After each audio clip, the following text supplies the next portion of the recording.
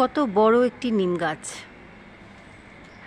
অনেকটা জায়গা নিয়ে কত উঁচু পর্যন্ত চলে গেছে। এই নিম গাছ তেতো, কিন্তু এর গুণাগুণ অনেক বেশি আছে।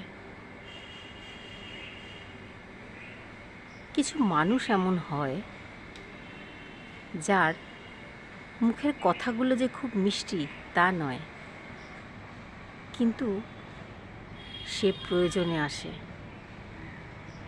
অন্যের বিপদে ছুটে যায়। তাই সব সময় কাউকে দেখে বিচার করা উচিত না,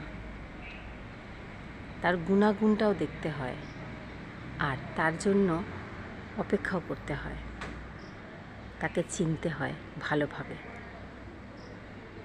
জানতে হয়।